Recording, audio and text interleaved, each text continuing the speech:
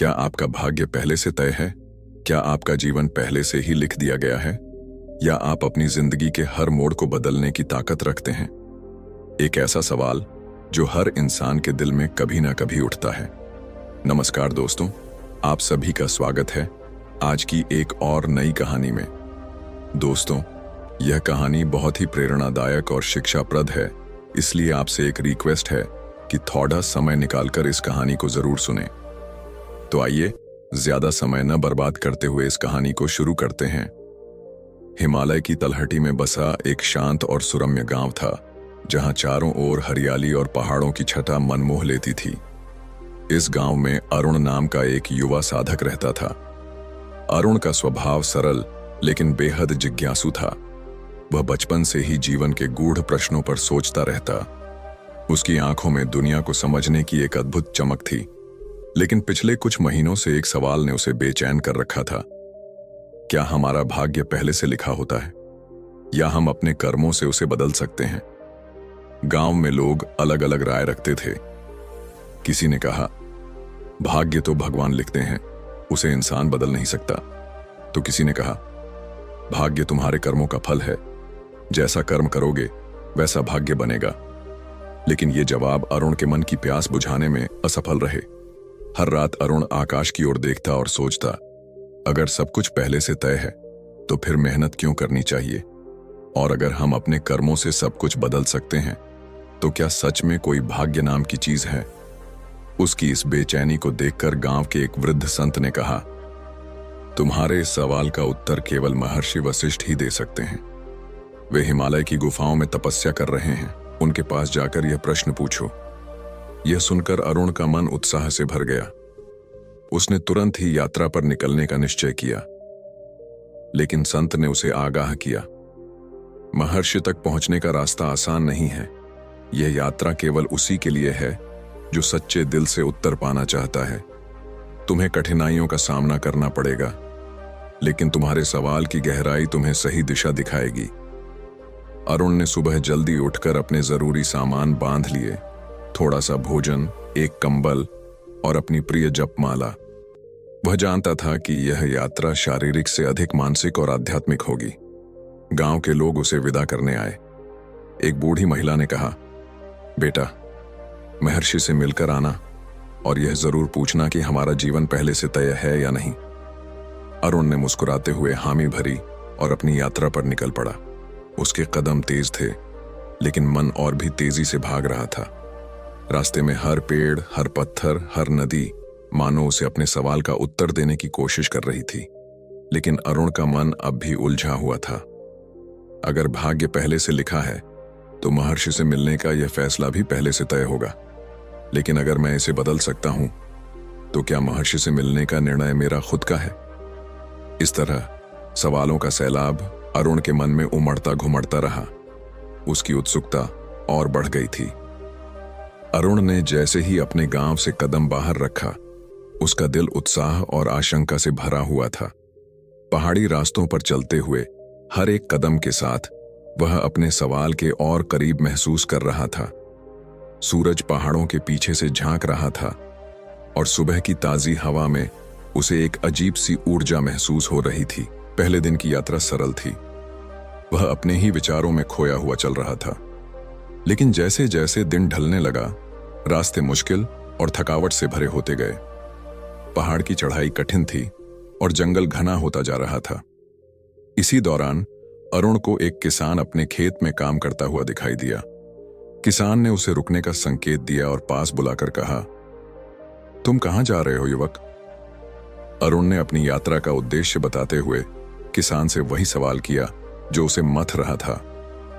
क्या हमारा भाग्य पहले से लिखा होता है या हम उसे बदल सकते हैं? किसान हंसते हुए बोला, मैं तो केवल इतना जानता हूं कि मेहनत से सब कुछ बदल सकता है। देखो, यह खेत पहले बंजर था। मैंने अपने पसीने से इसे हरा भरा बनाया। अगर मैं भाग्य के भरोसे रहता तो शायद आज भी भूखा रहता। अरुण ने किसान की बात सुनी और उसे धन्यवाद देकर आगे बढ़ गया। लेकिन किसान की बात ने उसके मन में एक और सवाल भर दिया, क्या मेहनत ही सब कुछ है, या कुछ ऐसी चीजें भी हैं जो हमारी मेहनत के बावजूद नहीं बदलती? थोड़ी दूर चलने के बाद अरुण ने एक छोटे से गांव के बाजार में एक व्यापारी को देखा जो अपने सामान को बड़े ध्यान से गिन रहा था। व्यापारी ने अरुण को बुलाया और कहा, पथिक, तुम बहुत थके हुए लगते हो, क्यों ना थोड़ा आराम कर लो। अरुण ने व्यापारी का आतिथ्य स्वीकार किया और अपने सवाल को फिर से पूछा। व्यापारी गंभीर होकर बोला, बेटा, सब कुछ भाग्य से तय होता है। देखो, मैं दिन रात मेहनत करता हूं, लेकिन कई बार नुकसान होता है, जबकि कभी कभी बिना मेहनत के भी लाभ मिल जाता है। अगर सब कुछ कर्म से होता तो ये अनिश्चितताएं क्यों होती? यह सुनकर अरुण का मन और उलझ गया। उसने सोचा, किसान कहता है कि कर्म से सब कुछ बदलता है और व्यापारी कहता है कि सब कुछ भाग्य का खेल है। आखिर सच्चाई क्या है? रात का अंधेरा और आत्ममंथन। उस रात अरुण ने एक घने जंगल में अपना डेरा डाला। अंधेरे में झिंगुरों की आवाज और दूर बहती नदी का संगीत उसे घेर रहा था, लेकिन उसके भीतर एक और हलचल थी। कौन सही है, किसान या व्यापारी? या दोनों ही अपनी परिस्थितियों के आधार पर बोल रहे हैं? क्या महर्षि मेरे इस उलझन को सुलझा पाएंगे? अरुण की यात्रा जितनी शारीरिक थी, उतनी ही मानसिक भी। वह महसूस कर रहा था कि हर कदम उसे अपने सवाल की गहराई में और गहरे उतार रहा है। सुबह होने से पहले ही उसने निश्चय कर लिया था कि वह महर्षि वशिष्ठ तक जरूर पहुंचेगा। वह यह भी समझने लगा था कि यह यात्रा केवल पहाड़ों और जंगलों को पार करने की नहीं, बल्कि अपने भीतर की खोज करने की भी है। अरुण की यात्रा अब और कठिन होती जा रही थी। पहाड़ी रास्तों पर चढ़ाई तेज हो चुकी थी और जंगल भी घना हो गया था। रातों को ठंडी हवा के साथ मूसलधार बारिश भी शुरू हो गई थी, लेकिन अरुण का साहस कभी कमजोर नहीं पड़ा। वह हर कदम बढ़ाता गया, अपने सवालों का उत्तर पाने की तीव्र इच्छा से प्रेरित होकर। तीसरे दिन उसने देखा कि एक सुंदर और शांतिपूर्ण गुफा पहाड़ी की चोटी पर स्थित थी। यह गुफा एक विशाल बरगद के पेड़ के नीचे थी और चारों ओर से घनी झाड़ियों और फूलों से घिरी हुई थी। वह जानता था कि यही वह स्थान है जहां महर्षि वशिष्ठ तपस्या कर रहे हैं। अरुण ने गुफा की ओर कदम बढ़ाए और जैसे ही उसने गुफा में प्रवेश किया, वहां का वातावरण अद्भुत था। एक गहरी शांति और दिव्यता का एहसास हुआ। अंदर एक वृद्ध और प्रभावशाली पुरुष ध्यान की मुद्रा में बैठे थे। महर्षि वशिष्ठ, उनके चेहरे पर गहरी तपस्या और अनुभव की झलक थी। अरुण ने धीरे से महर्षि के सामने प्रणाम किया और अपनी जिज्ञासा प्रकट की। गुरुदेव, मेरा एक बड़ा सवाल है। क्या हमारा भाग्य पहले से लिखा होता है या हम इसे अपने कर्मों से बदल सकते हैं? महर्षि वशिष्ठ की आंखें बंद थीं, लेकिन उनकी आभा से ऐसा लगता था कि वे अरुण के दिल की गहराई तक देख पा रहे थे। उन्होंने अपनी आंखें खोलीं और धीरे से मुस्कुराते हुए कहा, युवक, तुम्हारे सवाल का उत्तर केवल तुम्हारे भीतर ही छिपा है। तुम सही जगह पर आए हो, लेकिन इस सवाल का उत्तर तुम्हें खुद ढूंढना होगा। अरुण थोड़ी देर चुप रहा, फिर उसने पुनः पूछा, गुरुदेव, क्या आप मुझे इसका कोई मार्ग दिखा सकते हैं? महर्षि ने अपनी आंखें बंद कर लीं और ध्यान से बोले, मार्ग को समझने के लिए तुम्हें एक गहरी यात्रा करनी होगी। तुम्हारे मन की शांति और आत्मा की गहराई से जुड़ने के लिए तुम्हें खुद को उन सभी बाहरी विचारों और भ्रमों से मुक्त करना होगा जो तुम्हें इस समय उलझा रहे हैं। अरुण को समझने में थोड़ा वक्त लगा, लेकिन उसने ध्यान से सुना। महर्षि ने फिर कहा, तुम्हें पास की झील में जाना होगा। वहां तुम्हें अपने सवाल का जवाब मिलेगा। लेकिन ध्यान रखना, झील तुम्हारे भीतर की सत्यता को उजागर करेगी, न कि वह जो तुम बाहर से जानना चाहते हो। अरुण महर्षि की बातों में छिपी गहराई को समझने की कोशिश कर रहा था। झील का नाम सुनते ही उसकी उत्सुकता और बढ़ गई। वह जानता था कि अब उसे और कोई नहीं, बल्कि खुद उसे अपनी यात्रा पूरी करनी होगी।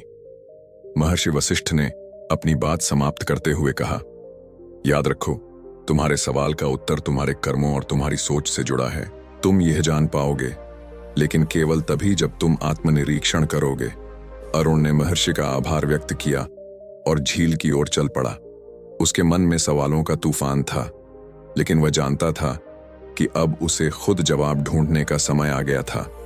महर्षि वशिष्ठ की बातों ने अरुण के मन में सवालों की एक नई दुनिया खोल दी थी। जैसे ही उसने गुफा से बाहर कदम रखा, उसे ऐसा महसूस हुआ जैसे उसकी यात्रा का असली उद्देश्य अब शुरू हुआ हो। वह झील की ओर बढ़ने लगा, जहां उसे अपना उत्तर मिलने की उम्मीद थी। झील तक पहुंचते पहुंचते सूरज ढलने को था और वातावरण में एक रहस्यमयी शांति छा गई थी। यह झील बिल्कुल अलग थी। पानी बिल्कुल स्पष्ट और शांत था, मानो उसमें कोई हलचल न हो। झील के चारों ओर एक हल्की सी धुंध सी तैर रही थी और हवा में एक अजीब सी ठंडक थी। अरुण ने झील के पास जाकर घास पर बैठने का निश्चय किया। वह अपने अंदर की हलचल को शांत करने के लिए गहरी सांसें ले रहा था। तभी अचानक पानी में हलचल हुई और एक दिव्य ज्योति झील से प्रकट हुई। वह ज्योति इतनी चमकदार थी कि अरुण की आंखों में चकाचौंध सी हो गई। वह धीरे धीरे पानी से बाहर आई और उसके सामने आकार धारण किया। ज्योति ने अपनी आवाज में एक गहरी ध्वनि में कहा, तुम्हारा प्रश्न मेरे पास आया है अरुण। मैं तुम्हारी भीतर की चेतना हूं। तुम्हारी यात्रा अब समाप्त होने वाली है, लेकिन इस यात्रा का उत्तर तुम्हारे भीतर ही है। अरुण को यह सुनकर अजीब सा अनुभव हुआ।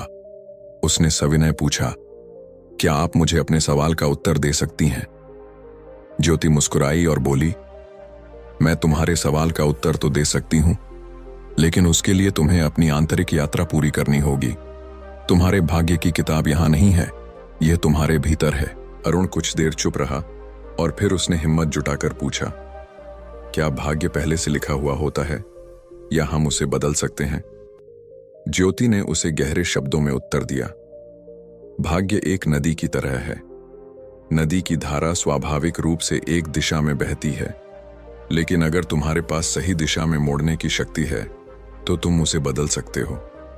तुम्हारे कर्म वही मोड़ हैं जो तुम्हारे भाग्य को दिशा देते हैं। अगर तुम जीवन को सही दिशा में ले जाओ तो तुम अपने भाग्य को नया रूप दे सकते हो। अरुण ने ध्यान से सुना, लेकिन फिर उसने एक और सवाल किया, क्या मैं अपनी पूरी यात्रा को बदल सकता हूं अगर मैं जानता हूं कि मेरे लिए कौन सी दिशा सही है? ज्योति ने उसे गहरी नजरों से देखा और बोली, तुम्हारे मन की शक्ति ही तुम्हारे भाग्य को बदलने का कारण बन सकती है। यह तुम्हारे कर्मों और विचारों पर निर्भर करता है कि तुम उस दिशा में कैसे बढ़ते हो। तुम्हारी यात्रा पूरी तरह से तुम्हारी सोच और निर्णयों पर निर्भर है। अरुण को अब एक नया एहसास हुआ। उसकी जिज्ञासा धीरे धीरे शांत हो रही थी और वह समझने लगा था कि भाग्य एक स्थिर शिला नहीं है, बल्कि यह निरंतर बदलने वाली धारा की तरह है। ज्योति ने अपना रूप फिर से बदल लिया और पानी में समाहित हो गई, जैसे वह कभी थी ही नहीं। झील का पानी फिर से शांत हो गया, मानो कोई हलचल ना हो। अरुण अपने भीतर एक गहरी शांति महसूस कर रहा था और उसकी आंखों में एक नई समझ और जागरूकता आ चुकी थी। वह जान गया था कि भाग्य को बदलने की शक्ति केवल बाहरी घटनाओं में नहीं, बल्कि अपने भीतर की शक्ति में है। अरुण का मन अब शांत था और उसने झील से निकला अपना उत्तर भीतर ही महसूस किया। लेकिन जैसे ही वह झील से दूर हुआ, उसके मन में एक और सवाल उभरा, अगर भाग्य सच में बदल सकता है तो इसका मतलब क्या यह है कि मेरी पूरी जिंदगी अब मुझे बदलनी होगी? वह महर्षि वशिष्ठ की गुफा की ओर वापस जाने का निर्णय ले चुका था, लेकिन उसके मन में यह सवाल गूंजता रहा। उसने सोचा, अगर मुझे सच में अपने भाग्य को बदलना है तो मुझे पहले खुद को पूरी तरह से समझना होगा। क्या अगर मेरी कोशिशें नाकाम हो जाएं? वह अपनी सोच में खोया हुआ गुफा की ओर बढ़ा। रास्ते में फिर से उसे वह किसान मिला जिसने पहले उसकी यात्रा की शुरुआत में कहा था कि मेहनत से सब कुछ बदल सकता है। इस बार किसान ने उसकी आंखों में एक गहरी शांति देखी। किसान ने कहा, तुम वापस लौटे हो, क्या पाया तुमने? अरुण ने उसे बताया कि वह अब जानता है कि भाग्य केवल कर्मों और विचारों का परिणाम होता है, लेकिन इस पर पूरी तरह से उसका नियंत्रण नहीं होता। किसान ने मुस्कुराते हुए कहा, जितना तुम समझते हो उतना ही तुम बदल सकते हो, लेकिन यह भी ध्यान रखना कि हर स्थिति में विकल्प होते हैं जो तुम्हारे कर्म और विचारों से आकार लेते हैं। अरुण अब खुद से सवाल करने लगा था, क्या मैं सच में अपनी जिंदगी के हर पहलू पर पूरी तरह से नियंत्रण पा सकता हूं? जब वह महर्षि वशिष्ठ के पास पहुंचा तो महर्षि ने उसकी गहरी सोच को देखकर कहा, तुम्हें पता है कि भाग्य के बारे में जो तुम जान रहे हो वह तुम्हारी आंतरिक शक्ति और समझ का परिणाम है, लेकिन एक आखिरी कदम है जो तुम्हें उठाना है। महर्षि ने अरुण को एक पुस्तक दी। यह भाग्य की किताब नहीं है, लेकिन इसका नाम कर्मों का फल है। इसमें तुम्हारे हर कार्य का, हर विचार का असर तुम्हारी जीवन यात्रा पर बताया गया है। तुम्हारी समझ को और गहरा करने के लिए तुम्हें इसे पढ़ना होगा। अरुण ने पुस्तक को ध्यान से लिया। वह जानता था कि यह किताब न सिर्फ उसके सवाल का जवाब देगी, बल्कि उसे अपने कर्मों की गहरी समझ भी देगी। जैसे ही उसने किताब खोली, वह समझ गया कि यह केवल शब्दों का संग्रह नहीं था, बल्कि यह जीवन की उन गहरी हकीकतों का दर्पण था जिन्हें उसे अपने भीतर स्वीकार करना था। पुस्तक में यह लिखा था, तुम्हारे कर्म केवल तुम्हारी परिस्थितियों के परिणाम नहीं हैं, बल्कि वे तुम्हारी सोच और भावनाओं से भी जुड़ते हैं। जब तुम अपने कर्मों का सच्चे दिल से विश्लेषण करते हो, तो तुम्हें यह समझ में आता है कि तुम अपनी परिस्थितियों को अपने विचारों और कार्यों से बदल सकते हो। अरुण ने इस पुस्तक को पूरी तरह से पढ़ने के बाद महसूस किया कि भाग्य एक ऐसा तत्व है जिसे हम अपनी सोच, अपने कर्मों और अपनी नीयत से आकार देते हैं। जीवन में होने वाली घटनाएं केवल परिणाम हैं जो हमारी आंतरिक स्थिति का प्रतिबिंब होती हैं। महर्षि वशिष्ठ ने अरुण की ओर देखा और कहा, तुमने सही समझ लिया है। जीवन को जानने और समझने का यह सबसे गहरा तरीका है। तुम जानते हो कि तुम्हारा भाग्य तुम्हारे हाथों में है और अब तुम्हें इसे सही दिशा में मोड़ने की शक्ति प्राप्त है। अरुण को अब एहसास हुआ कि भाग्य और कर्म का खेल स्थिर नहीं है। यह निरंतर बदलता रहता है, जैसे नदी की धारा। हमारी सोच और कर्म उस धारा को दिशा देते हैं। अब वह खुद को और अपने जीवन को बेहतर दिशा देने के लिए तैयार था। अरुण अब महर्षि वशिष्ठ की गुफा से वापस जा रहा था और उसकी आंखों में एक नई दृष्टि थी। उसने महसूस किया था कि भाग्य और कर्म केवल बाहरी घटनाओं तक सीमित नहीं हैं, बल्कि ये पूरी तरह से हमारी सोच, भावनाएं और आंतरिक निर्णयों से जुड़े हैं। वह अब जानता था कि उसे अपनी जिंदगी के हर पहलू पर ध्यान देना होगा और अनुसार सही निर्णय लेने होंगे। लेकिन जैसे जैसे वह आगे बढ़ रहा था, एक और गहरी उलझन ने उसे घेर लिया। क्या मैं सच में अपने भाग्य को पूरी तरह से बदल सकता हूं? क्या मेरी पुरानी आदतें और सोच इतनी आसानी से बदल सकती हैं? यह सवाल उसके भीतर हलचल मचा रहा था। उसके मन में एक आंतरिक संघर्ष था। एक तरफ वह यह जानता था कि उसकी सोच और कर्म ही उसके जीवन को आकार देंगे, और दूसरी तरफ उसे यह डर था कि पुरानी आदतें, विचार और कर्म उसे नए रास्ते पर चलने नहीं देंगे। वह उसी रास्ते पर चल रहा था जिस पर पहले किसान और व्यापारी मिले थे। अब उसे उन दोनों की बातें याद आ रही थीं। किसान का कहना था, मेहनत से सब कुछ बदल सकता है, और व्यापारी का कहना था, भाग्य का खेल कुछ और ही है। हम अपनी मेहनत से भी हर बार सफल नहीं हो पाते। अरुण समझ चुका था कि दोनों ही अपनी परिस्थितियों के हिसाब से सही थे, लेकिन क्या वह वास्तव में अपनी पुरानी सोच को पूरी तरह बदल पाएगा? क्या वह उन स्थितियों को, जिनमें वह हमेशा असफल महसूस करता था, बदलने में सक्षम होगा?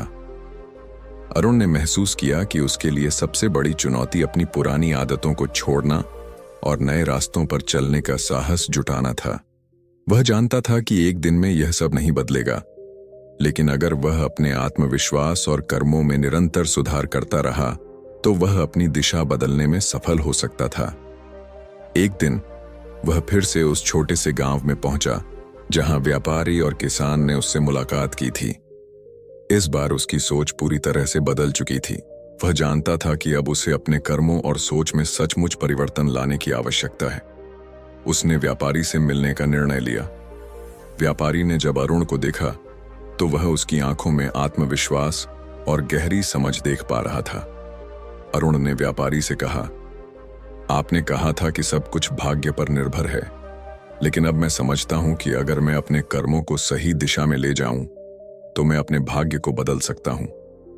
व्यापारी ने उसे सराहा और कहा, तुम सही समझे हो युवक।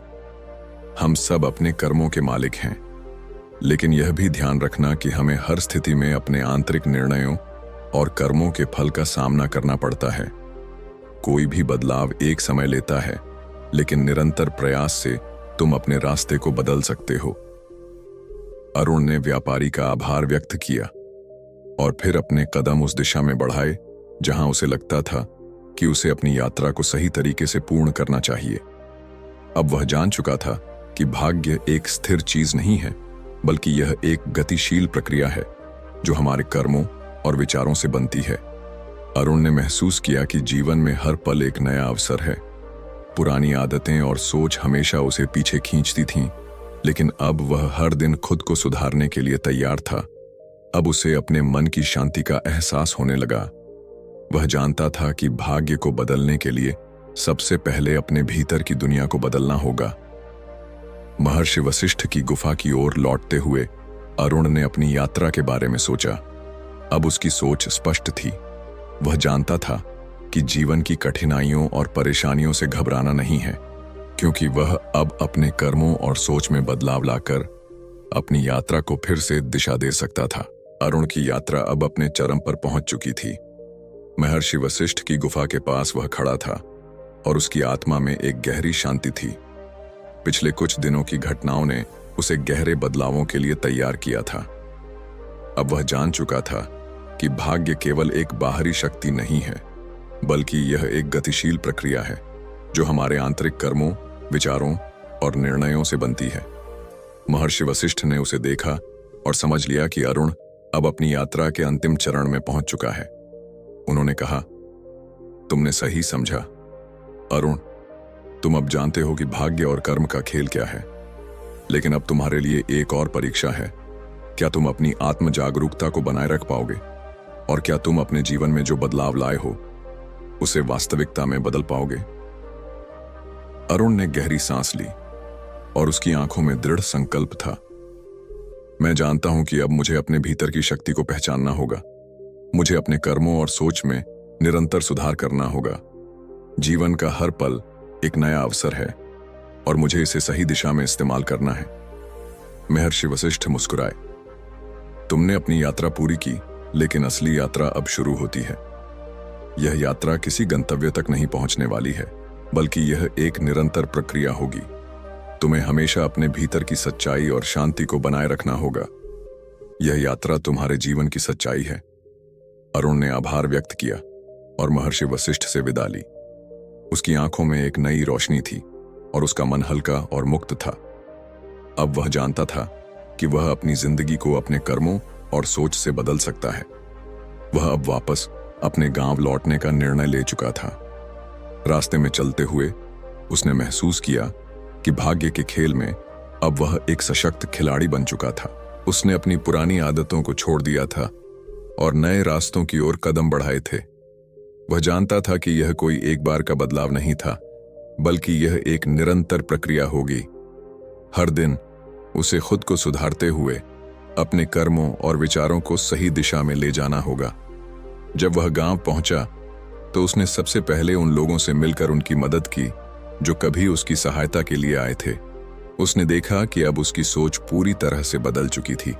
वह अब किसी भी स्थिति को चुनौती के रूप में देखता था, न कि परेशानी के रूप में। अरुण ने अपने नए जीवन की शुरुआत की। उसकी जिंदगी में एक नया अध्याय था और अब उसे अपनी पूरी ताकत और समझ के साथ हर दिन को जीने का मौका मिला था। उसने यह समझ लिया था कि जीवन में कोई भी परिस्थिति स्थिर नहीं होती।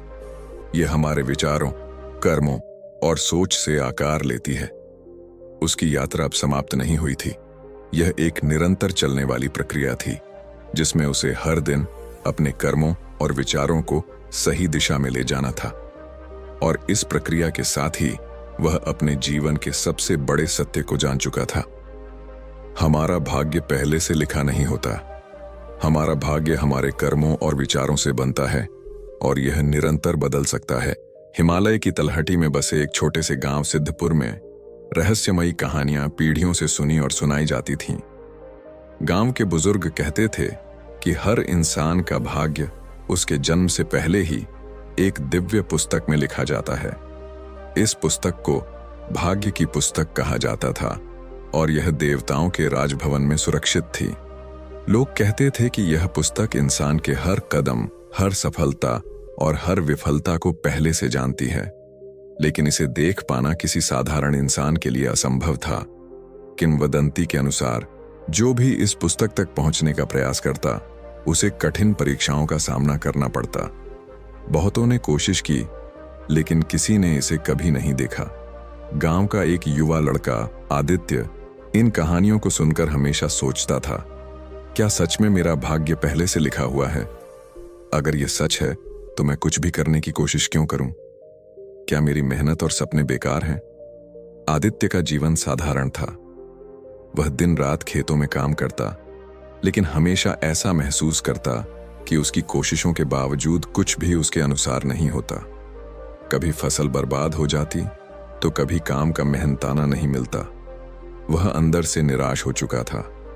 एक दिन गांव में एक बड़ा मेला लगा। वहां एक बूढ़े संत ने भीड़ के बीच खड़े होकर कहा, हमारे कर्म ही हमारे भाग्य का निर्माण करते हैं, लेकिन तुम सभी लोग भाग्य को दोष देते हो बिना इसे समझे। संत की बात सुनकर आदित्य की जिज्ञासा और बढ़ गई। उसने संत से पूछा, महात्मा जी, अगर हमारे कर्म भाग्य बनाते हैं तो यह भाग्य की पुस्तक क्या है? क्या सच में मेरा भाग्य पहले से लिखा है? संत ने एक गहरी सांस ली और आदित्य को देखा। भाग्य की पुस्तक का रहस्य केवल वही समझ सकता है जो इसे खोजने की हिम्मत रखता हो। लेकिन यह यात्रा तुम्हारे लिए आसान नहीं होगी। तुम्हें पहले महर्षि विवेकानंद से आशीर्वाद लेना होगा, जो यहां से दूर एक पर्वत की चोटी पर रहते हैं। आदित्य की आंखों में चमक आ गई। वह जानना चाहता था कि क्या वाकई उसका भाग्य पहले से तय है। अगर ऐसा है तो वह इसे अपनी आंखों से देखना चाहता था, लेकिन साथ ही उसके मन में डर भी था। क्या वह इस यात्रा के लिए तैयार है? उस रात जब पूरा गांव सो रहा था, आदित्य अकेले आकाश की तरफ देखता रहा। चांदनी रात में तारों की चमक उसे रहस्यमय तरीके से अपनी ओर खींच रही थी। उसने मन ही मन ठान लिया कि वह भाग्य की पुस्तक को ढूंढ कर रहेगा, चाहे इसके लिए उसे कितनी भी कठिनाइयों का सामना क्यों न करना पड़े। अगले दिन सुबह वह महर्षि विवेकानंद के आश्रम की ओर निकल पड़ा। उसके मन में सवालों का तूफान था, लेकिन साथ ही एक अजीब सी उम्मीद भी थी। अगर मैं भाग्य की पुस्तक को देख लूं तो शायद मेरी जिंदगी का हर सवाल हल हो जाए। गांव के बाहर जाते हुए उसकी मां ने उसे रोका, बेटा, यह यात्रा बहुत कठिन होगी। लोग कहते हैं कि जिसने भी भाग्य की पुस्तक को देखने की कोशिश की वह वापस नहीं लौटा। लेकिन आदित्य मुस्कुराया और बोला, मां, अगर मैं यह सच नहीं जान पाया तो मेरा जीवन भी अधूरा ही रहेगा। कोशिश करूंगा। आदित्य ने यात्रा की शुरुआत की थी और उसका कदम और दृढ़ हो चुका था। उसने तय किया था कि वह महर्षि विवेकानंद के पास जाएगा, जो गांव से काफी दूर एक पर्वत की चोटी पर साधना कर रहे थे।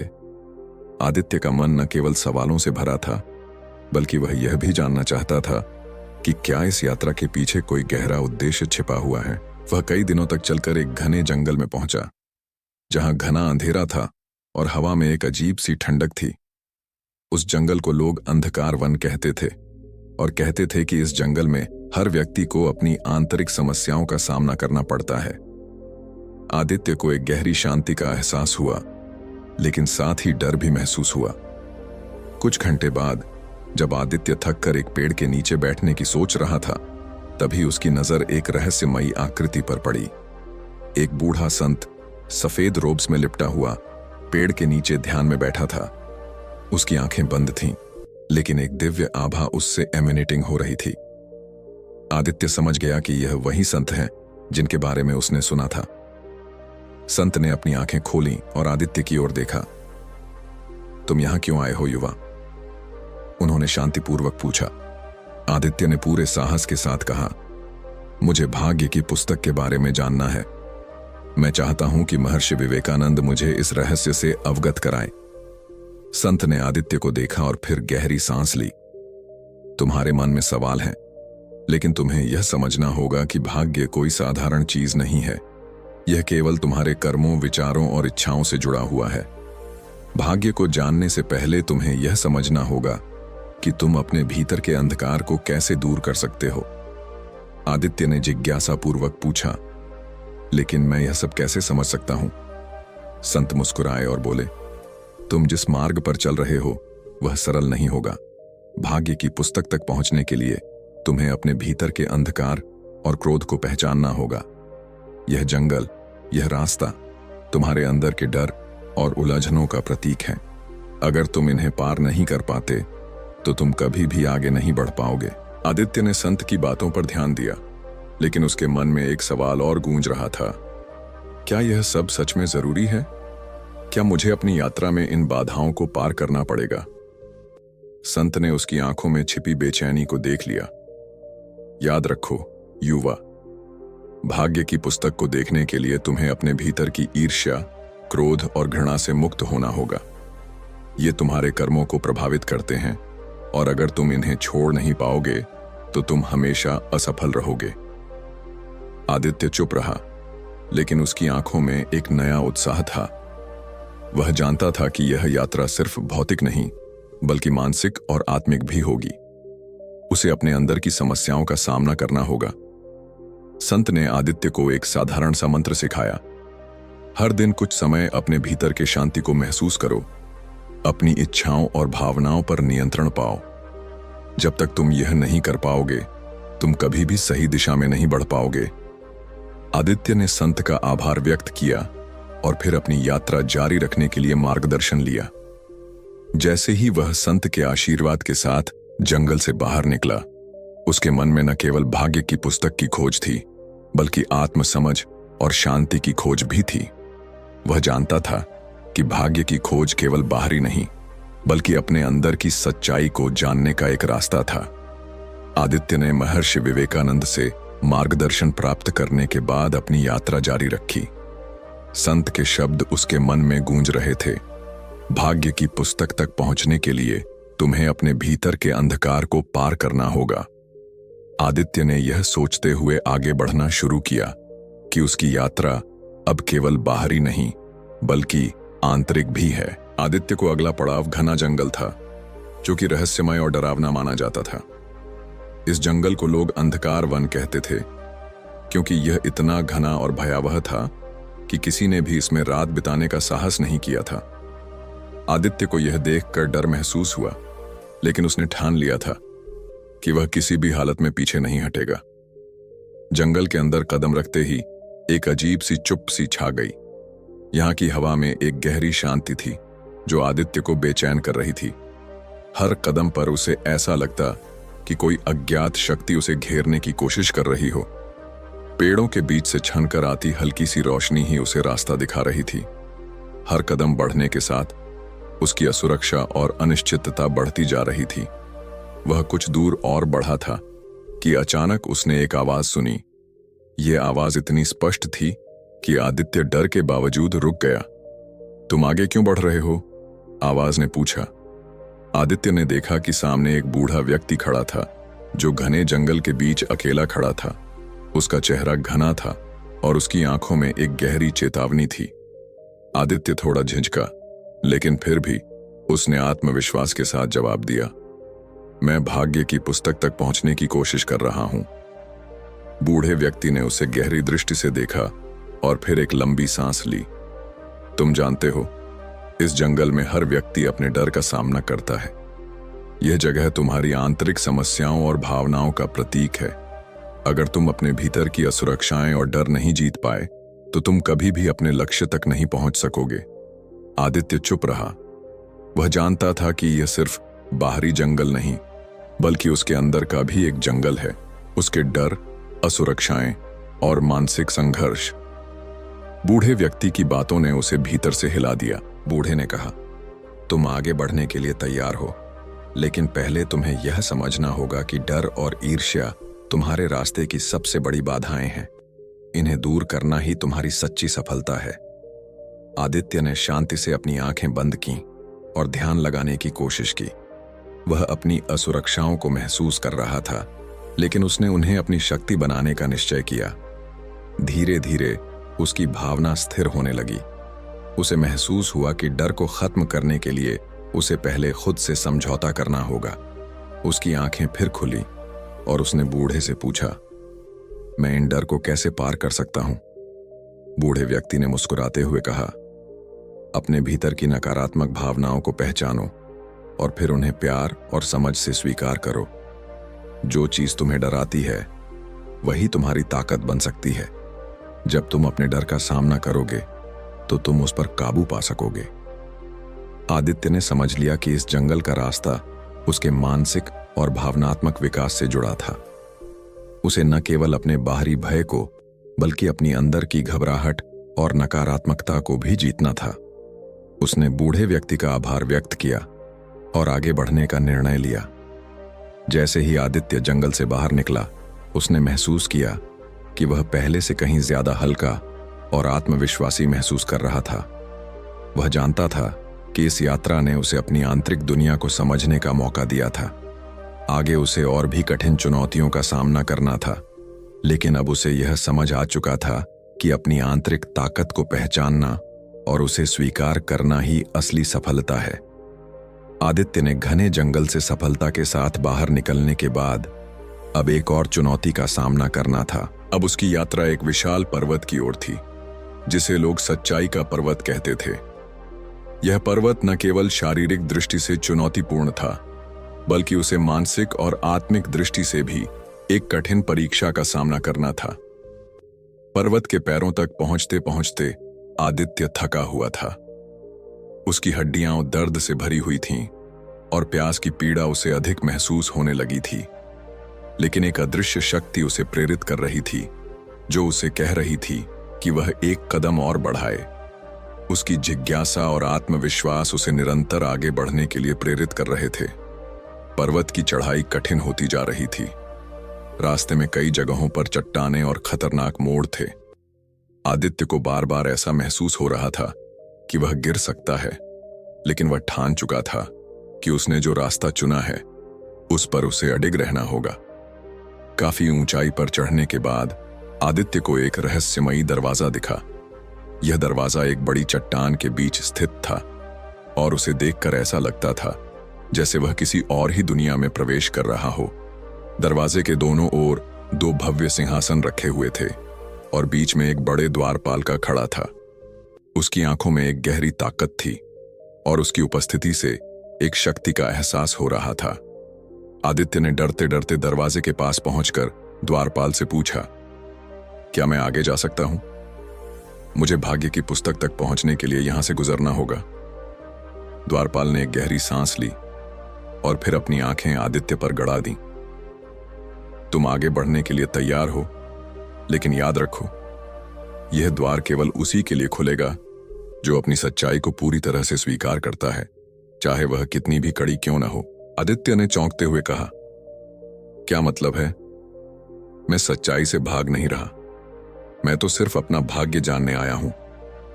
द्वारपाल ने शांतिपूर्वक उत्तर दिया, हर इंसान की सच्चाई उसके अंदर छिपी होती है, लेकिन जब वह खुद से भागता है तो वह सच्चाई से कभी नहीं मिल पाता। तुम्हें अपने सभी कष्ट, अपनी कमजोरियां, अपनी गलतियां, सब कुछ स्वीकार करना होगा। क्या तुम तैयार हो? आदित्य कुछ देर चुप रहा।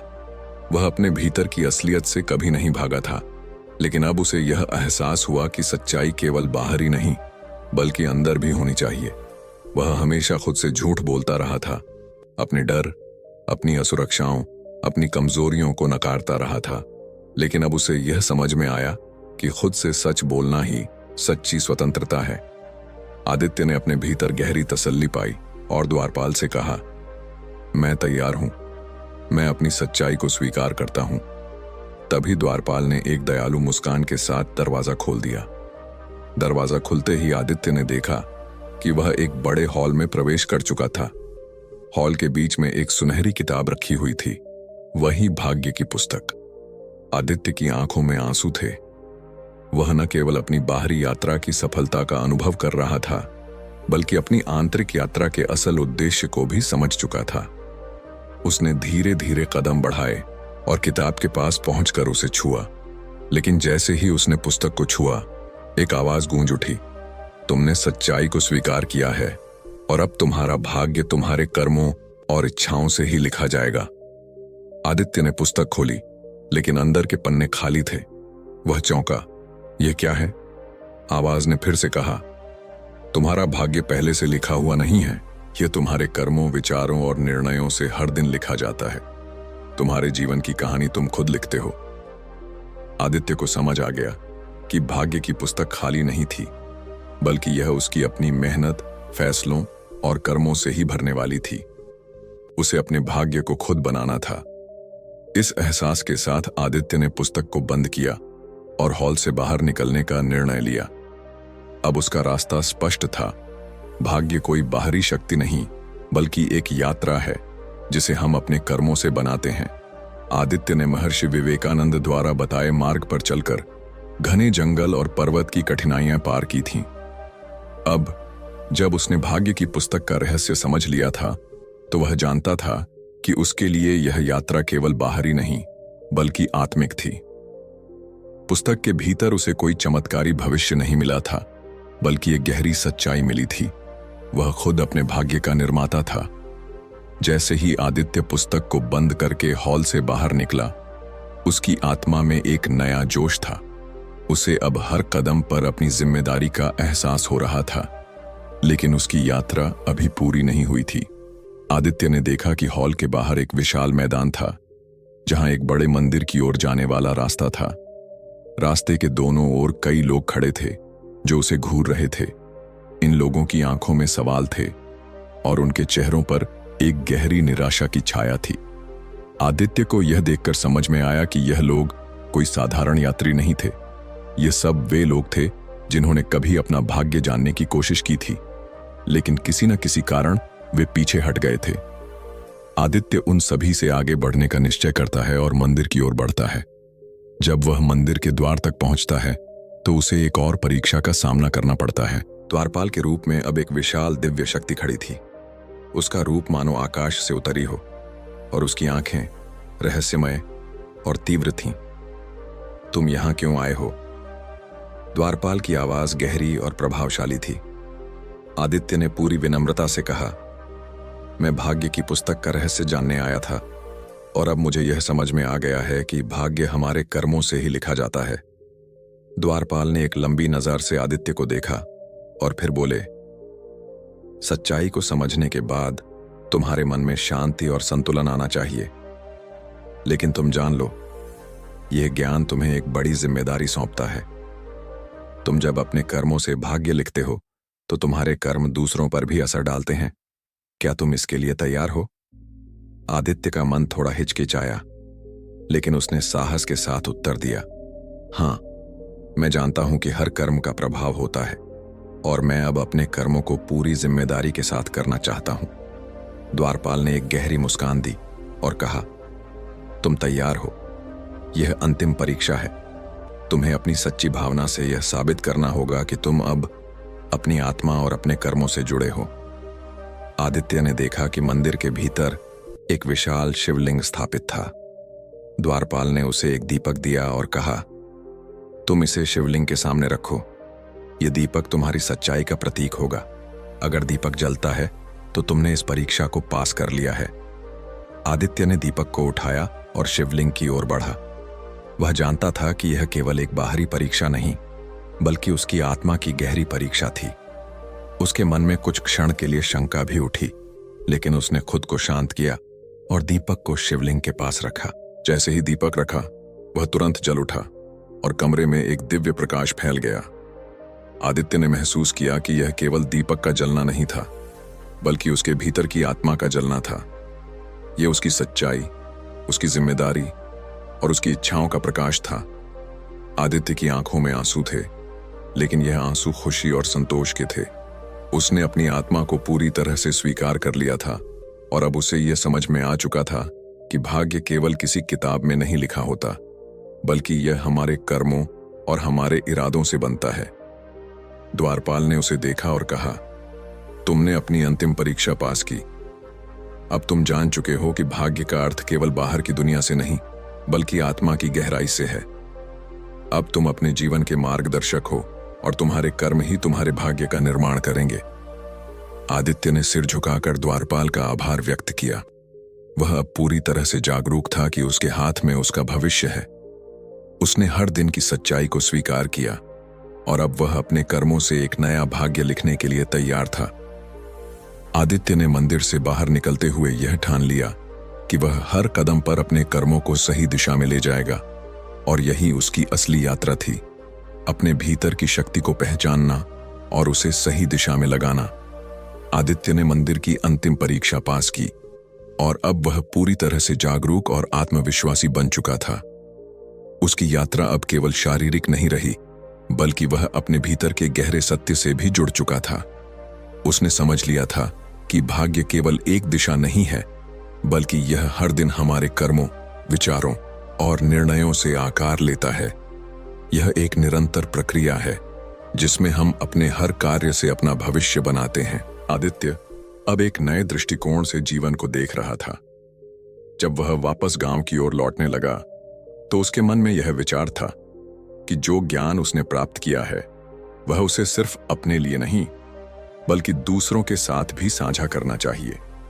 वह जानता था कि अगर उसे अपनी सच्ची यात्रा का उद्देश्य पूरा करना है तो उसे अपने आसपास के लोगों को भी इस रास्ते की दिशा दिखानी होगी। गांव लौटने पर आदित्य ने महसूस किया कि उसके लोग उसकी राह पर लौटने का इंतजार कर रहे थे। वे जानना चाहते थे कि उसने भाग्य की पुस्तक और उन कठिन रास्तों के माध्यम से क्या सीखा। आदित्य ने सभी को एक जगह बुलाया और फिर उन्होंने अपनी पूरी यात्रा की कहानी बताई। कैसे उसने अपने डर और असुरक्षाओं का सामना किया, कैसे उसने सच्चाई को स्वीकार किया, और सबसे महत्वपूर्ण बात, कैसे उसने यह समझा कि भाग्य हमें अपनी जिम्मेदारी से ही मिलता है। तुम में से हर एक का भाग्य पहले से लिखा हुआ नहीं है, आदित्य ने कहा। यह तुम्हारे कर्मों और निर्णयों से लिखा जाता है। तुम्हारे हर एक कदम से तुम्हारा भविष्य बनता है। अगर तुम अपने भीतर की शक्ति और सच्चाई को पहचान सको तो तुम कोई भी बाधा पार कर सकते हो। गांव वाले उसे चुपचाप सुन रहे थे और आदित्य को यह महसूस हुआ कि इस ज्ञान को साझा करने से उनका जीवन भी बदल सकता है। कुछ समय तक उन्होंने अपनी पुरानी आदतों और धारणाओं के बारे में सोचा और फिर धीरे धीरे उन्होंने भी आदित्य के शब्दों को स्वीकार करना शुरू किया। वे समझने लगे कि अपने जीवन में बदलाव लाने के लिए उन्हें अपने कर्मों पर ध्यान देना होगा। आदित्य ने अब एक नया उद्देश्य पाया था।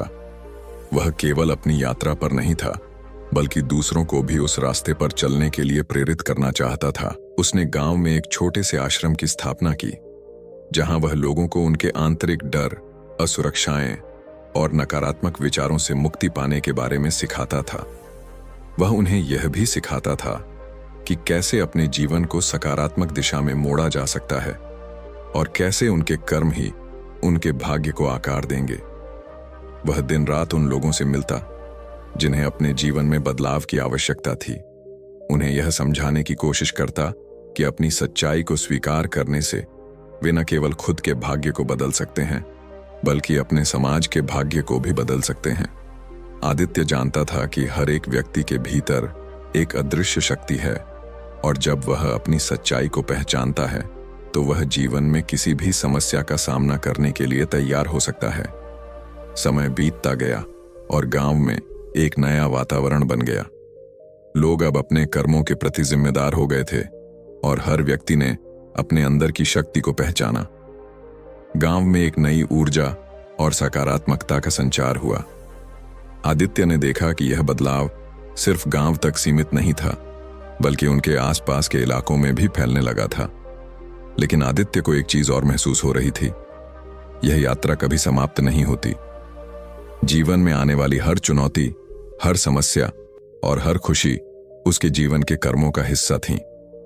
अब वह जानता था कि भाग्य कभी स्थिर नहीं होता, बल्कि यह हमेशा बदलता रहता है और यह बदलाव हम पर निर्भर करता है। आदित्य ने यह भी महसूस किया कि उसकी असली यात्रा अब शुरू हो रही थी। अपनी आत्मिक यात्रा को पूरा करने के बाद वह जानता था कि उसे अपनी सच्चाई को और गहरे स्तर पर समझने के लिए निरंतर सीखते रहना होगा। भाग्य की पुस्तक कभी पूरी नहीं होती, यह हमेशा लिखी जाती रहती है और उसका हर नया अध्याय जीवन के हर दिन से जुड़ा होता है। अब आदित्य के लिए सच्ची यात्रा अपने कर्मों के साथ चलने, सच्चाई का पालन करने और दूसरों को भी इस मार्ग पर ले चलने की थी। वह जानता था कि जीवन के हर कदम पर उसका भाग्य खुद के हाथों में है और यही असली शक्ति है, अपनी जिम्मेदारी और कर्मों के माध्यम से जीवन को आकार देना। आदित्य अब अपने जीवन में पूरी तरह से बदल चुका था। वह न केवल अपनी सच्चाई को समझ चुका था, बल्कि उसे यह भी समझ आ चुका था कि जीवन का उद्देश्य केवल खुद को ठीक करना नहीं, बल्कि दूसरों के जीवन में भी सकारात्मक परिवर्तन लाना है।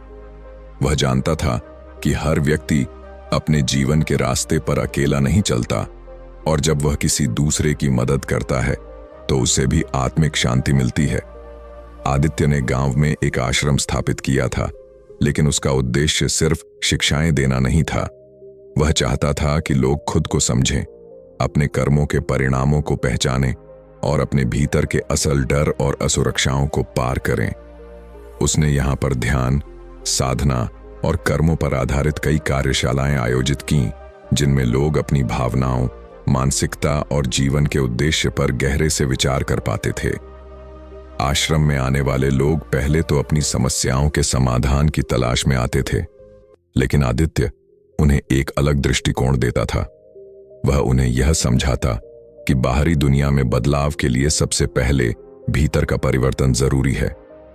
जब तुम अपने अंदर के भय, घृणा और नफरत को छोड़कर प्रेम, शांति और समझ की ओर बढ़ते हो, तब तुम्हारी दुनिया खुद ब खुद बदल जाती है, आदित्य उन्हें सिखाता। धीरे धीरे आदित्य के शब्दों ने लोगों के दिलों में जगह बनानी शुरू कर दी। जिन लोगों ने पहले कभी आत्मविश्वास महसूस नहीं किया था, अब वे खुद को बेहतर महसूस करने लगे थे। वे समझ गए थे कि अपने जीवन की दिशा बदलने के लिए उन्हें अपने डर और असुरक्षाओं का सामना करना होगा। आदित्य की शिक्षाएं उनके भीतर बदलाव की एक नई लहर लेकर आईं। एक दिन गांव में एक वृद्ध व्यक्ति आया। वह कुछ चिंतित और परेशान सा दिख रहा था। आदित्य ने उसे देखा और बैठने का आग्रह किया। वृद्ध व्यक्ति ने धीरे धीरे आदित्य से कहा, मैंने बहुत जीवन जी लिया है, लेकिन आज भी मुझे यह महसूस होता है कि कुछ छूट गया है। मेरी जिंदगी का उद्देश्य क्या है? क्या अब भी मुझे कुछ नया सीखने की आवश्यकता है? आदित्य मुस्कुराया और वृद्ध व्यक्ति की आंखों में झांकते हुए बोला, आपके जीवन का उद्देश्य कभी खत्म नहीं हुआ। जीवन का उद्देश्य नहीं है, बल्कि उसे जीने का तरीका ही सबसे महत्वपूर्ण है। हम सब अपनी यात्रा में कहीं ना कहीं अस्थिर हो जाते हैं, लेकिन जब हम आत्मा के स्तर पर खुद से जुड़ते हैं तो हमें जीवन का असली अर्थ समझ में आता है। वृद्ध व्यक्ति ने कुछ देर सोचा और फिर उसने आदित्य से पूछा, आपके पास इतना ज्ञान कहां से आया? आदित्य ने शांतिपूर्वक उत्तर दिया, यह ज्ञान मेरे द्वारा नहीं, बल्कि मेरी यात्रा के द्वारा आया है।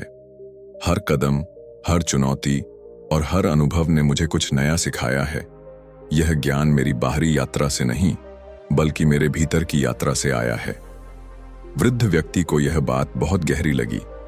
उसे यह समझ में आ गया कि उसकी यात्रा में जितना समय बीत चुका है, उतना ही समय वह अपनी सच्चाई को समझने में व्यतीत कर सकता है। आदित्य की बातों ने गांव के हर व्यक्ति को एक नई दिशा दिखाई। अब लोग केवल अपने व्यक्तिगत जीवन में सुधार नहीं कर रहे थे, बल्कि वे सामूहिक रूप से एक नई शुरुआत करने के लिए तैयार थे। आदित्य के आश्रम में आए लोग एक दूसरे के साथ मिलकर जीवन के गहरे पहलुओं पर चर्चा करते थे, अपने अनुभवों को साझा करते थे और एक दूसरे की मदद करने की कोशिश करते थे। लेकिन आदित्य ने महसूस किया कि अब उसकी यात्रा का एक और स्तर सामने था। यह वह समय था जब उसे अपने गुरु की तलाश करनी थी। वह जानता था कि उसे अब तक जो कुछ भी सीखा था वह उसकी खुद की यात्रा और प्रयासों से आया था, लेकिन एक उच्चतर ज्ञान और आंतरिक शांति की ओर बढ़ने के लिए उसे किसी और से मार्गदर्शन की आवश्यकता थी। आदित्य ने कई महीनों तक अपने भीतर गहरी साधना की। वह रोज ध्यान करता, मन की शांति प्राप्त करने के लिए ध्यान केंद्रित करता और भीतर की आवाज सुनने की कोशिश करता। एक दिन वह एक गहरे ध्यान में बैठा था जब उसने एक हल्की सी आवाज सुनी जो उसे बहुत परिचित लगी। तुमने सब कुछ सही सीखा है, लेकिन अब समय है कि तुम अपने गुरु से मिलो। आदित्य ने उस आवाज का अनुसरण किया और जंगल की ओर बढ़ा। उसे यह एहसास था कि उसकी यात्रा अब एक नए चरण में प्रवेश कर रही थी। वह जानता था कि जीवन में कई रास्ते हैं, लेकिन जो सबसे महत्वपूर्ण रास्ता है वह है जिसे हम अपनी आत्मा से जोड़ते हैं। उसने महसूस किया कि गुरु केवल एक बाहरी व्यक्तित्व नहीं होता, बल्कि वह भीतर की आंतरिक आवाज होती है जो हमें हर मोड़ पर मार्गदर्शन देती है। यही सत्य और ज्ञान उसकी अब तक की यात्रा का अंतिम सत्य था। गुरु हमेशा हमारे भीतर होता है, हमें उसे पहचानने की आवश्यकता है। आदित्य अब पूरी तरह से तैयार था और वह जानता था कि हर यात्रा का अंतिम लक्ष्य आत्मज्ञान और आत्मशक्ति है। अब वह अपने भीतर के गुरु से जुड़कर और दूसरों को जागरूक कर अपनी यात्रा को और भी गहरे स्तर पर ले जाने के लिए तैयार था। आदित्य अब पूरी तरह से आत्म साक्षात्कार की ओर बढ़ चुका था। उसने हर कदम पर अपने भीतर के गुरु की आवाज को सुना और अपने जीवन के उद्देश्य को गहराई से समझा। वह जानता था कि जो ज्ञान उसे मिला है वह केवल उसके व्यक्तिगत अनुभवों से नहीं, बल्कि ब्रह्मा, ईश्वर और संसार के साथ उसके एक गहरे संबंध से आया है। उसकी यात्रा अब एक नए मोड़ पर थी। अब उसे बाहरी दुनिया से कुछ नहीं चाहिए था। वह केवल अपने भीतर के सत्य को पहचानने और उसे सभी के साथ साझा करने के लिए तैयार था। उस दिन आदित्य जंगल में ध्यान की अवस्था में बैठा था जब उसने एक आंतरिक आवाहन महसूस किया। यह आवाज उसे बहुत स्पष्ट और शांति से सुनाई दी। यह आवाज उसकी आत्मा की थी जो कह रही थी, तुमने जितना कुछ जाना है वह सब उस जीवन के उद्देश्य का हिस्सा है जिसे तुम खोज रहे हो। अब समय आ गया है कि तुम आत्मज्ञान के साथ बाकी सभी को भी जगाओ। आदित्य के भीतर एक गहरी शांति और संतोष था। उसे समझ में आ गया कि असली गुरु वही होता है जो दूसरों को उनके भीतर के गुरु से जोड़ता है। उसे अब यह एहसास हुआ कि उसका उद्देश्य केवल खुद के ज्ञान की खोज नहीं, बल्कि दूसरों को भी आत्मज्ञान की ओर मार्गदर्शन देना था। आदित्य ने जंगल छोड़कर गांव में लौटने का निर्णय लिया। उसे यह समझ में आ चुका था कि अब उसकी यात्रा किसी दूर की जगह पर नहीं, बल्कि उसके आसपास के लोगों में थी। वह जानता था कि अगर हर व्यक्ति अपनी सच्चाई को पहचानता है तो समाज में एक गहरा परिवर्तन आ सकता है। गांव में लौटकर आदित्य ने अपना ध्यान और साधना पहले से कहीं अधिक गहरे स्तर पर शुरू किया। वह अब एक नई भूमिका में था, एक मार्गदर्शक, एक गुरु के रूप में। उसने अपने आश्रम में एक नई शिक्षा पद्धति शुरू की, जहां वह लोगों को केवल आध्यात्मिक ज्ञान नहीं देता था, बल्कि उन्हें यह भी सिखाता था कि कैसे अपने हर दिन के कार्यों, विचारों और कर्मों से वे अपने जीवन और अपने समाज का भाग्य बना सकते हैं। हमारा भाग्य हमारे कर्मों से लिखा जाता है, आदित्य कहता, लेकिन कर्म तभी शुद्ध होते हैं जब हमारा मन और आत्मा शुद्ध होते हैं। यही शुद्धता हमारे भीतर की सच्चाई को उजागर करती है और यही सच्चाई हमें हमारे जीवन के सही मार्ग पर चलने की शक्ति देती है। आदित्य ने लोगों को यह भी सिखाया कि जीवन में चुनौतियां और कठिनाइयां केवल उनके आंतरिक मार्ग को स्पष्ट करने के लिए होती हैं। जब कोई व्यक्ति अपने भीतर की शक्ति और उद्देश्य को पहचानता है तो वह किसी भी समस्या का सामना कर सकता है, क्योंकि अब उसे यह समझ में आ चुका होता है कि हर चुनौती एक अवसर है आत्मज्ञान प्राप्त करने का। समय के साथ आदित्य का आश्रम केवल गांव तक सीमित नहीं रहा। उसकी शिक्षाएं दूर दूर तक फैलने लगीं और लोग उसे अपने जीवन के मार्गदर्शक के रूप में मानने लगे। आदित्य ने कभी खुद को किसी बड़े गुरु के रूप में नहीं देखा, बल्कि वह सिर्फ एक साधारण व्यक्ति था जो जीवन के एक गहरे सत्य को समझ चुका था और अब उसे दुनिया के साथ साझा कर रहा था। आदित्य ने अपना जीवन इस सच्चाई के साथ जीने का निर्णय लिया कि भाग्य हमारा नहीं, हम अपना भाग्य बनाते हैं।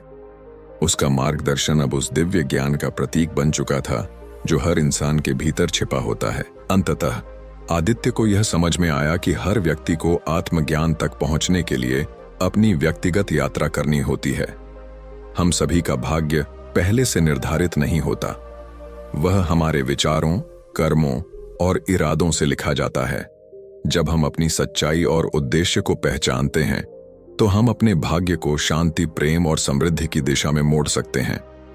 आदित्य ने देखा कि उसकी यात्रा ने न केवल उसे बदल दिया, बल्कि उस गांव और समाज को भी बदल दिया जहां वह रहता था। लोगों ने समझ लिया था कि जीवन में सच्चा परिवर्तन केवल भीतर से आता है, और जब हर व्यक्ति अपनी आंतरिक शक्ति को पहचानता है तो वह समाज में बदलाव का कारण बन सकता है। आखिरकार आदित्य ने महसूस किया कि जीवन का असली उद्देश्य न केवल खुद को सुधारना है, बल्कि दूसरों के जीवन में भी बदलाव लाना है, ताकि हम सभी एक साथ शांति, प्रेम और समृद्धि की ओर बढ़ सकें। आदित्य की यात्रा यहीं खत्म नहीं होती। यह एक निरंतर प्रक्रिया थी जो हर दिन नए रूप में जारी रहती थी। वह अब जानता था कि असली गुरु वही होता है जो अपने भीतर के गुरु को पहचानकर दूसरों को उस आंतरिक ज्ञान की ओर मार्गदर्शन देता है, और यही उसका जीवन का सबसे बड़ा उद्देश्य था। सुदूर पहाड़ियों के बीच बसा एक शांत सा गांव, जहां जीवन ठहराव में डूबा हुआ था। उसी गांव के किनारे एक प्राचीन पीपल के पेड़ के नीचे साधु बाबा का आश्रम था। बाबा अपने सादगी भरे जीवन और गहरी आध्यात्मिक समझ के लिए प्रसिद्ध थे। लोग कहते थे कि बाबा किसी के भी जीवन की गुत्थियां सुलझा सकते हैं। उनकी आंखों में ऐसा तेज था कि लगता जैसे वे हर किसी का भविष्य जान लेते हों। गांव में यह भी चर्चा थी कि बाबा की बातें सुनकर लोग अपनी समस्याओं का हल खुद ढूंढ लेते थे। वे किसी को सीधा उत्तर नहीं देते थे, लेकिन उनके शब्दों में गहराई और रहस्य होता था। अर्जुन, जो गांव का एक उत्सुक और सवालों से भरा युवक था, बाबा की प्रसिद्धि से काफी प्रभावित था। लेकिन उसके मन में एक सवाल बार बार आता था, क्या हमारा भाग्य पहले से ही तय होता है? क्या हम अपने जीवन की दिशा को बदल सकते हैं, या सब कुछ लिखा हुआ ही होता है? एक दिन जब वह अपने सवालों के जवाब पाने की बेचैनी में था, उसने ठान लिया कि वह बाबा के पास जाएगा। सूरज की पहली किरणों के साथ ही अर्जुन ने बाबा के आश्रम का रुख किया। जब वह वहां पहुंचा तो उसे बाबा अपनी धुनी रमाए बैठे मिले। बाबा के चेहरे पर अद्भुत शांति थी और उनकी आंखें जैसे अर्जुन की बेचैनी को भांप रही थीं। अर्जुन ने झुककर बाबा को प्रणाम किया और निवेदन किया, बाबा, मेरे मन में एक सवाल है जो मुझे चैन से नहीं रहने देता। क्या हमारा भाग्य पहले से लिखा हुआ है, या हम इसे बदल सकते हैं? बाबा ने अपनी आंखें खोलीं। उनकी मुस्कान में रहस्यमय मिठास थी। उन्होंने अर्जुन को अपनी ओर बैठने का संकेत दिया और बोले, इस सवाल का जवाब एक कहानी में छिपा है। यदि तुम्हें इसे जानने की उत्सुकता है तो ध्यान से सुनो, लेकिन याद रखना, इस कहानी को सिर्फ सुनना नहीं है, इसे समझना भी है। अर्जुन की उत्सुकता और बढ़ गई। उसके मन में विचारों का बवंडर चल रहा था। बाबा की हर बात जैसे उसे गहरे में खींच रही थी। उसने अपने सारे संदेहों को छोड़कर कहानी सुनने का मन बना लिया। बाबा ने अपनी धीमी लेकिन गूढ़ आवाज में कहानी शुरू की और अर्जुन का मन पूरी तरह उनसे बंध गया। साधु बाबा ने अपने चिमटे से धुनी को थोड़ा और सुलगाया, जिससे हल्का सा धुआं हवा में लहराने लगा। उनकी गहरी शांत आवाज वातावरण में गूंज उठी। सुनो अर्जुन, यह कहानी तुम्हें तुम्हारे सवाल का जवाब देगी। यह कहानी है दो मित्रों की, रघु और सोहन। वे एक ही गांव में रहते थे और बचपन से एक दूसरे के गहरे मित्र थे, लेकिन उनकी सोच और दृष्टिकोण बिल्कुल अलग थे, जैसे दिन और रात। उन्होंने अर्जुन की ओर देखा, यह परखने के लिए कि वह कहानी में डूब रहा है या नहीं। अर्जुन पूरी तन्मयता से बाबा को सुन रहा था। बाबा ने अपनी कहानी को आगे बढ़ाया। रघु मेहनती था। उसे विश्वास था कि जीवन में जो भी मिलेगा वह उसकी मेहनत और कर्म से ही संभव होगा। वह हर सुबह सूरज उगने से पहले उठता और अपने दिन की शुरुआत करता। उसका मानना था कि जीवन में सफलता पाने के लिए हमें अपना हर पल सही दिशा में लगाना चाहिए। वहीं दूसरी ओर सोहन हमेशा आराम पसंद करता था। वह कहता, भाग्य ही सब कुछ तय करता है। हम चाहे जितनी भी मेहनत कर लें, अगर किस्मत में नहीं है तो कुछ नहीं मिलेगा।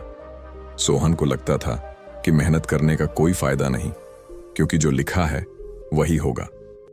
बाबा कुछ पल के लिए रुके ताकि अर्जुन इन दो व्यक्तित्वों के अंतर को महसूस कर सके। फिर उन्होंने गहरी सांस लेकर कहा, दोनों की जिंदगी में समय आगे बढ़ रहा था। रघु अपने छोटे छोटे कार्यों से भविष्य को संवारने की कोशिश करता, जबकि सोहन सोचता कि उसका भाग्य ही उसे सही समय पर सही चीजें देगा। फिर एक दिन ऐसा आया जब दोनों की दोस्ती और उनके विचारों की परीक्षा हुई। वह दिन उनका भाग्य और उनका विश्वास तय करने वाला था, और यहीं से कहानी ने एक नया मोड़ लिया। बाबा ने चुप होकर अर्जुन की ओर देखा। अर्जुन की आंखों में जिज्ञासा साफ झलक रही थी।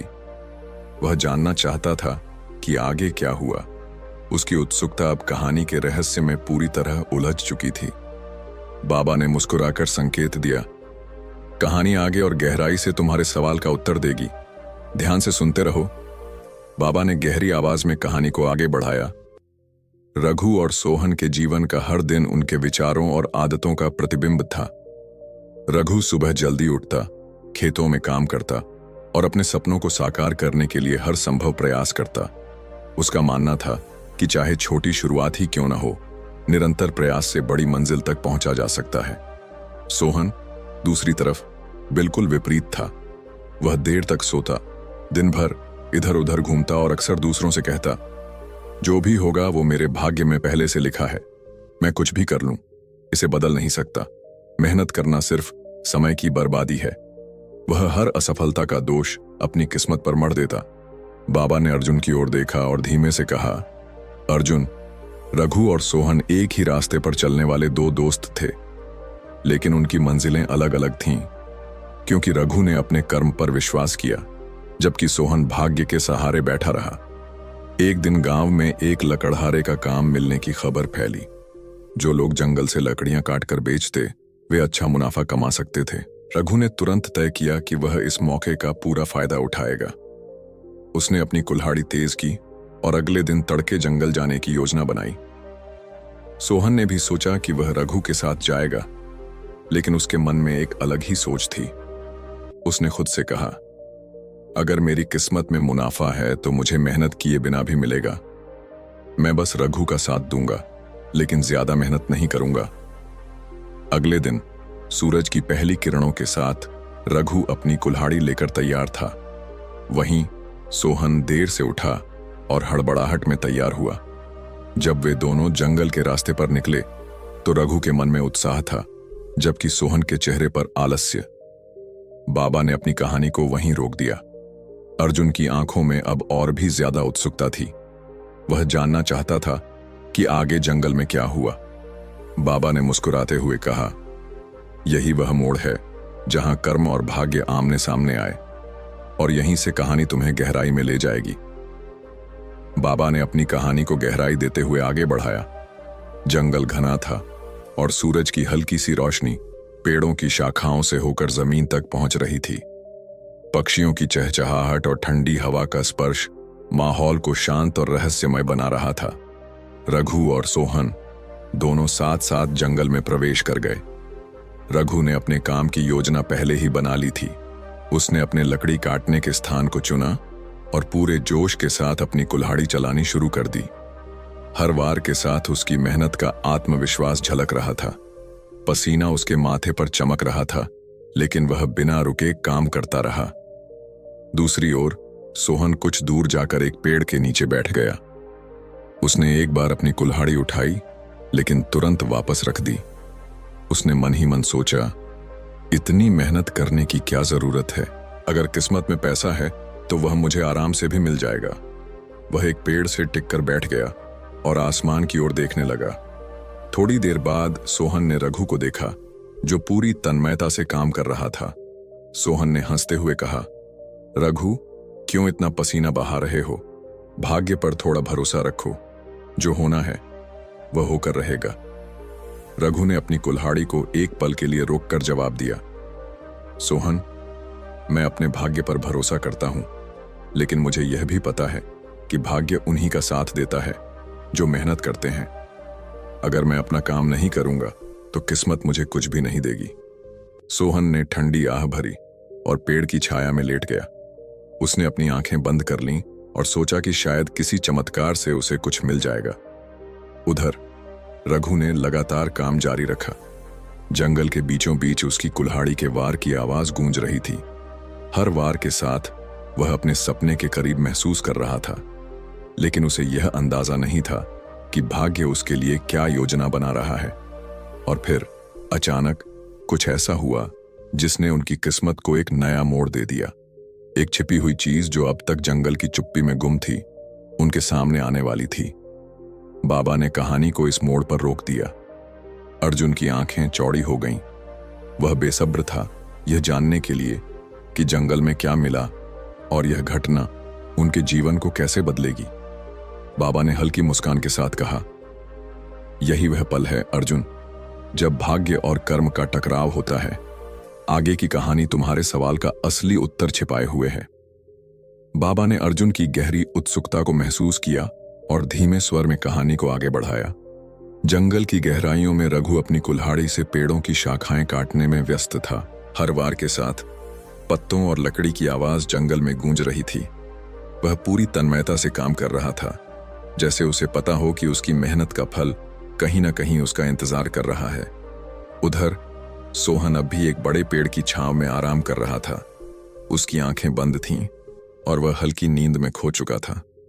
उसके लिए यह जंगल सिर्फ एक ठंडी छाया और आराम का स्थान था। तभी रघु को अपने काम के बीच कुछ असामान्य दिखा। जमीन में एक अजीब चमक थी, जैसे किसी चीज ने सूरज की रोशनी को वापस लौटाया हो। उसकी उत्सुकता बढ़ गई। उसने अपनी कुल्हाड़ी रखी और उस स्थान पर ध्यान से देखने लगा। जमीन पर सूखी पत्तियों और मिट्टी के नीचे एक लोहे का टुकड़ा दिखाई दे रहा था। रघु ने अपनी हाथों से मिट्टी हटाना शुरू किया। जैसे जैसे वह खोदता गया, उसकी आंखें चमकने लगीं। कुछ ही देर में उसने देखा कि वहां एक पुराना लोहे का संदूक दबा हुआ था। उसका दिल तेजी से धड़कने लगा। उसने संदूक को पूरी ताकत से बाहर निकाला। वह भारी था, लेकिन उसकी मेहनत ने उसे और मजबूत बना दिया था। संदूक को खोलते ही उसकी आंखें विस्मय से भर गईं। अंदर सोने के सिक्के, कीमती आभूषण और कुछ पुराने दस्तावेज थे। यह किसी राजसी खजाने जैसा लग रहा था। रघु की खुशी का ठिकाना नहीं था। उसने आभार में हाथ जोड़कर भगवान का धन्यवाद किया। उसने महसूस किया कि उसकी मेहनत ने उसे वह फल दिया जिसकी वह कल्पना भी नहीं कर सकता था। उसी समय सोहन की नींद खुली। उसने रघु को संदूक के पास देखा और चौंकते हुए उसकी ओर दौड़ा। उसने हैरान होकर पूछा, यह क्या है? तुमने यह कहां से पाया? रघु ने मुस्कुराते हुए कहा, यहीं जमीन के नीचे मिला। लेकिन अगर मैं काम न कर रहा होता तो शायद यह कभी नजर में ना आता। यह मेरी मेहनत का फल है सोहन। सोहन अवाक रह गया। वह कुछ देर तक संदूक को देखता रहा और फिर धीरे से बुदबुदाया, शायद मैं गलत था। अगर मैं भी तुम्हारी तरह मेहनत करता तो शायद मेरी किस्मत भी मेरा साथ देती। बाबा ने इस मोड़ पर कहानी को रोक दिया। उन्होंने अर्जुन की ओर देखा, जो मंत्रमुग्ध होकर हर शब्द सुन रहा था। बाबा बोले, यही है भाग्य और कर्म का रहस्य। मेहनत से ही भाग्य का दरवाजा खुलता है, लेकिन कहानी अभी बाकी है। सोचो अर्जुन, क्या सिर्फ खजाना पाना ही असली सबक है या इससे भी कुछ गहरा है? बाबा ने अपनी कहानी को और गहनता से आगे बढ़ाया। उन्होंने कहा, सोहन, जो हमेशा अपने भाग्य पर निर्भर रहता था, उस दिन पहली बार अंदर से कुछ महसूस कर रहा था। वह संदूक को देखता रहा, जैसे वह यह समझने की कोशिश कर रहा हो कि यह चमत्कार कैसे हुआ। सोहन ने धीरे से कहा, रघु, तुम्हें यह खजाना कैसे मिल गया? मैंने भी तुम्हारे साथ जंगल में कदम रखा था, लेकिन यह खजाना मुझे क्यों नहीं मिला?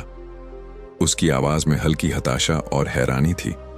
रघु ने मुस्कुराते हुए जवाब दिया, सोहन, फर्क यह है कि मैं सिर्फ यहां खजाने की उम्मीद लेकर नहीं आया था। मैं मेहनत करने और लकड़ी काटने के लिए आया था। मेरा ध्यान काम पर था और उसी दौरान मुझे यह खजाना मिला। अगर मैं भी तुम्हारी तरह आराम कर रहा होता तो यह खजाना मुझे भी नहीं मिलता। सोहन यह सुनकर चुप हो गया। उसके भीतर एक अजीब सी बेचैनी थी। उसने सोचा, मैंने अपना पूरा जीवन भाग्य का इंतजार करते हुए बर्बाद कर दिया। मैं हमेशा सोचता रहा कि किस्मत खुद चलकर मेरे पास आएगी, लेकिन आज पहली बार मुझे यह एहसास हो रहा है कि किस्मत मेहनत के बिना कुछ नहीं करती। कुछ देर तक दोनों चुप रहे। सोहन के मन में सवालों का सैलाब उमड़ रहा था। उसने आखिरकार साहस जुटाया और रघु से पूछा, क्या तुम सच में मानते हो कि किस्मत मेहनत से बदल सकती है? रघु ने गहरी सांस ली और कहा, सोहन, किस्मत तुम्हारे कर्मों का ही विस्तार है। अगर तुम सही दिशा में काम करोगे तो भाग्य तुम्हारा साथ जरूर देगा, लेकिन अगर तुम सिर्फ इंतजार करते रहोगे तो भाग्य भी हाथ बांध कर खड़ा रहेगा। यह खजाना शायद भाग्य से ही मिला है, लेकिन इसे पाने के लिए मैंने मेहनत तो की ना। सोहन की आंखों में अब शर्मिंदगी और आत्मचिंतन की झलक थी। उसने अपनी गलती महसूस की। वह धीरे धीरे रघु के पास बैठा और कहा, शायद तुम सही कहते हो। मैंने हमेशा भाग्य को दोष दिया, लेकिन अपनी जिम्मेदारी कभी नहीं समझी। अगर मैंने मेहनत की होती तो शायद मेरी किस्मत भी बदल जाती। बाबा ने कहानी को यहां रोककर अर्जुन की ओर देखा। उन्होंने कहा, सोहन ने उस दिन समझा कि भाग्य का खेल हमारी मेहनत और दृष्टिकोण पर निर्भर करता है। ये केवल आलसी लोगों के लिए बहाना नहीं है, बल्कि मेहनती लोगों के लिए एक अवसर है। अर्जुन अब और भी गहराई से सोचने लगा। बाबा ने मुस्कुराते हुए कहा, लेकिन कहानी यहीं खत्म नहीं होती। असली सबक तो अभी बाकी है। सोहन और रघु का सफर यहीं खत्म नहीं हुआ। उनका जीवन आगे और भी दिलचस्प मोड़ लेने वाला था। बाबा ने अंतिम भाग शुरू किया। उनकी आवाज में एक अलग ही गंभीरता थी, जैसे यह कहानी अब अपने चरम पर पहुंचने वाली हो। सोहन ने रघु के साथ जंगल से लौटते समय खुद से एक वादा किया। उसने ठान लिया कि वह अब अपने जीवन में मेहनत को प्राथमिकता देगा। रघु ने भी उसे समझाया, सोहन, जीवन में कभी देर नहीं होती। अगर आज तुमने यह समझ लिया कि मेहनत और कर्म ही असली भाग्य का निर्माण करते हैं, तो तुम अपने जीवन को बदल सकते हो। उस खजाने को उन्होंने गांव के मुखिया को सौंप दिया। वह खजाना पुराने राजा का था और उसे गांव के विकास के लिए इस्तेमाल करने का निर्णय लिया गया। लेकिन इस घटना ने रघु और सोहन के जीवन को हमेशा के लिए बदल दिया। सोहन ने अगले दिन से ही अपने जीवन में एक नई शुरुआत की। उसने रघु से सीख लेकर मेहनत करना शुरू कर दिया। वह पहले तो छोटा मोटा काम करता, लेकिन हर दिन उसमें एक नया आत्मविश्वास झलकने लगा। धीरे धीरे उसकी मेहनत का असर दिखने लगा और वह अपने काम में सफल होने लगा। लेकिन कहानी यहीं खत्म नहीं होती। एक दिन कुछ महीनों बाद रघु और सोहन एक बार फिर जंगल गए। इस बार सोहन भी अपने साथ एक तेज कुल्हाड़ी लेकर आया। उसने पूरे मन से काम किया। वह लकड़ियां काटता रहा और मेहनत में रमा रहा। काम के दौरान रघु ने मुस्कुराते हुए पूछा, सोहन, क्या अब भी तुम भाग्य पर विश्वास करते हो? सोहन ने हंसते हुए जवाब दिया, हाँ, मैं अब भी भाग्य पर विश्वास करता हूं, लेकिन अब मुझे यह समझ में आ गया है कि भाग्य को मेहनत के दरवाजे से अंदर लाना पड़ता है। बिना कर्म के भाग्य भी कुछ नहीं कर सकता। उसी समय एक वृद्ध व्यक्ति जंगल में आया। वह साधारण कपड़ों में था, लेकिन उसकी आंखों में अद्भुत चमक थी। उसने रघु और सोहन को देखा और मुस्कुराते हुए कहा, तुम दोनों ने आज एक सच्चा सबक सीखा है। याद रखो, भाग्य और कर्म एक ही सिक्के के दो पहलू हैं। जो लोग मेहनत करते हैं, उनके लिए भाग्य हमेशा अपनी राह खुद बना लेता है। सोहन ने उस वृद्ध व्यक्ति को प्रणाम किया और कहा, आप कौन हैं? वृद्ध व्यक्ति ने मुस्कुराकर कहा, मैं वही हूं जिसे तुम भाग्य कहते हो, लेकिन मैं तभी साथ देता हूं जब तुम अपने कर्म से मुझे बुलाते हो। इतना कहकर वह व्यक्ति अचानक गायब हो गया। सोहन और रघु अवाक रह गए। उन्होंने महसूस किया कि जीवन में कर्म ही सबसे बड़ी ताकत है। सोहन ने उस दिन से जीवन में कभी भी मेहनत से पीछे नहीं हटने का संकल्प लिया।